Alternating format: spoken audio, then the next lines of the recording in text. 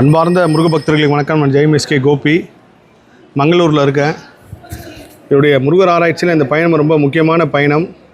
இந்த காணொலியை உலகம் ஃபுல்லாக இருக்கிற முருக பக்தர்கள், அவங்க எந்த மொழி பேசினாலும் சரி, எந்த இடத்துல இருந்தாலும் இந்த உலகம் ஃபுல்லாக இருக்கிற முருக பக்தர்களுக்கு இந்த காணொலியை நான் சமர்ப்பிக்கிறேன். இன்னொரு தாழ்மையான வேண்டுகோள்னா, இந்த காணொலியில் நான் சொல்லக்கூடிய விஷயத்தை எல்லாரும் எடுத்து பேசணும்.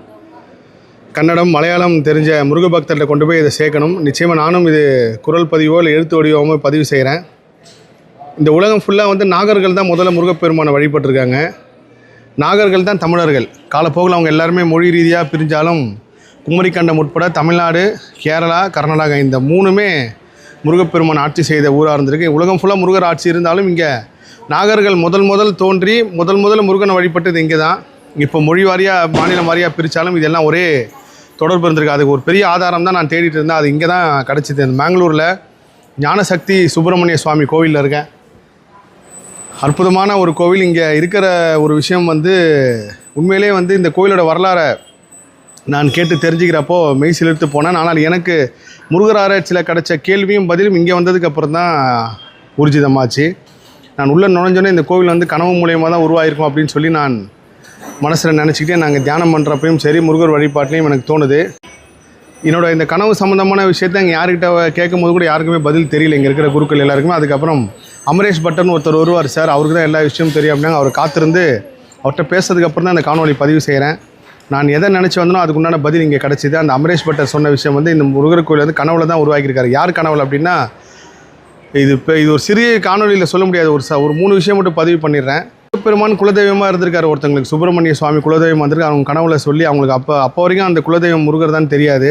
ஒரு கோர்ட்டு ஜட்ஜி மூலயமா, அவங்க கனவு மூலயமா நிறைய விஷயங்கள் சொல்லியிருக்காரு. இதில் பெரிய ஆச்சரியம் என்னென்னா, இந்த முருகருக்கு ஞானசக்தி சுப்பிரமணிய சுவாமின்ட்டு பேர் வச்சது ஒரு தமிழர், தமிழ்நாட்டை சேர்ந்த வக்கீல் தான் வச்சுருக்காரு.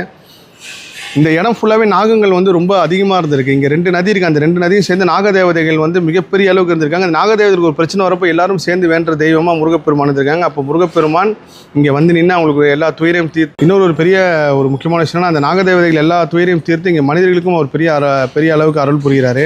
இங்கே மயில் நம்ம எல்லா கோயிலையும் பார்த்துருவோம். மயில் நேராக தான் இருக்குது முருகப்பெருமானை பார்த்து. ஆனால் இங்கே மயில் முருகப்பெருமான் எதிரில் அவரோட மயில் தோகை பின்னாடி இருக்கிற மாதிரி. காரணம் இங்கே முருகப்பெருமான் வர பக்தருக்கு உண்டான பிரச்சனையை தீர்க்கிறதுக்கு ரெடியாக இருக்காங்க. மயிலும் முருகும் ரெடியாக இருக்காங்க அவங்களுக்கு உண்டான பிரச்சனையை தீர்க்கிறதுக்கு. இந்த கோவில் பற்றி பேசுகிறதும், இந்த கோவில் நின்று இந்த காணொலி பதிவு பண்ணுறது ஒரு பெரிய பாக்கியம். மேங்களூரில் இது எங்கே இருக்குது, இந்த சம்மந்தப்பட்ட எல்லா விஷயங்களும் விரைவில் ஒரு நேர்காணலை நான் பதிவு செய்கிறேன்.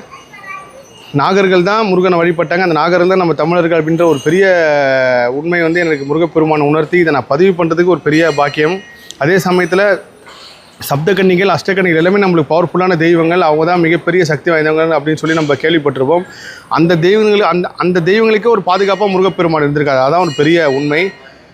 இங்கே இருக்கிற நாகர் சிலைகளாக இருக்கட்டும், இதுக்கு பின்னாடி ஒரு பெரிய மலை இருக்குது. இந்த மலைக்கு கீழே தான் வாசுபட்டன் ஒருத்தர் தூங்குறப்போ அவர் கனவுல முருகர் இந்த கோயிலை உருவாக்க சொல்லியிருக்காரு. இதுக்கு பின்னாடி மிகப்பெரிய ஒரு போராட்டம் நடந்து அதுக்கப்புறம் ஒரு பெண் மூலயமா, ஒரு பெண் சக்தி மூலயமா தான் அந்த கோயில் உருவாயிருக்கு. அது மட்டும் இல்லாமல் பஞ்சுருளி தெய்வம் வேண்டி முருகப்பெருமானை இங்கே காட்சி கொடுத்துருக்காரு. அவங்களுக்கு பஞ்சுருளி தெய்வம் வேண்டுதலுக்காகவும் இந்த கோயில் உருவாக்கப்பட்டிருக்கு. இப்படி பல அதிசயங்கள் இருக்குது. ஒன்றா பதிவு செய்கிறேன். பெங்களூர் மக்கள், மங்களூர் மக்கள், கர்நாடகா முருகர் சொந்தங்கள் எல்லாருமே கண்டிப்பாக இந்த ஒரு கோயிலுக்கு பாருங்கள். ஞானசக்தி சுப்பிரமணிய சுவாமி இந்த முருகருக்கு இதுதான் கிடையாது, இங்கே நியாயம் வழங்கக்கூடிய முருகராக இருக்கார். நிச்சயமாக இந்த கோயிலுக்கு உலகம் ஃபுல்லாக இருந்து வருவாங்கன்றது என்னோட பெரிய ஒரு நம்பிக்கை, ஒரு பெரிய ஆசைன்னு கூட சொல்லலாம். காரணம் என்னென்னா, இங்கேருந்து நாகங்கள் சம்மந்தப்பட்ட விஷயத்தினால தான் தமிழ்நாடு, கேரளா, கர்நாடகா எல்லா இடத்துலையும் முருகர் சக்தி செயல்பட்டுருக்கு. இந்த கோயில் இன்னொரு ஒரு பெரிய சிறப்பு என்னென்னா, திருச்செங்கோட்டு வேலவர், செங்கோட்டு வேலவர் கையில் சேவல் இருக்கும், பார்த்துருப்போம். அதே மாதிரி இங்கே முருகருக்கு 4 கை இருக்குது. அந்த 4 கையில் ஒரு கையில் சேவல் இருக்கார். இதெல்லாம் யார் உருவாக்கியிருப்பா, இது எப்படி இந்த சிலை வடிக்கப்பட்டதுன்றதுக்கு பின்னாடி தான் ஒரு பெரிய முருக ரகசியம், இந்த பிரபஞ்ச ரகசியம் இருக்குது. இது சாதாரண மனிதர்களால் உருவாக்கப்பட்ட தெய்வமே வேண்டி விரும்பி இப்படி தான் நடக்கணும், இப்படி தான் இந்த வழிபாடு இருக்கணும்னு சொல்லி உருவாக்கி வச்சுருக்கான்றது தான் ஒரு பெரிய உண்மை. அதில் நம்ம இந்த திரும்ப ஏன் நாகர்கள்னு சொல்கிறோன்னா, இது சொல்லும் போது எனக்கு அவ்வளோ கூஸ் பம்ப்ஸாக இருக்குது. இந்த நாகர்கள் தான் முருகனை வழிபட்டிருக்காங்க. அவங்க தான் முதல்ல வழிபட்டது.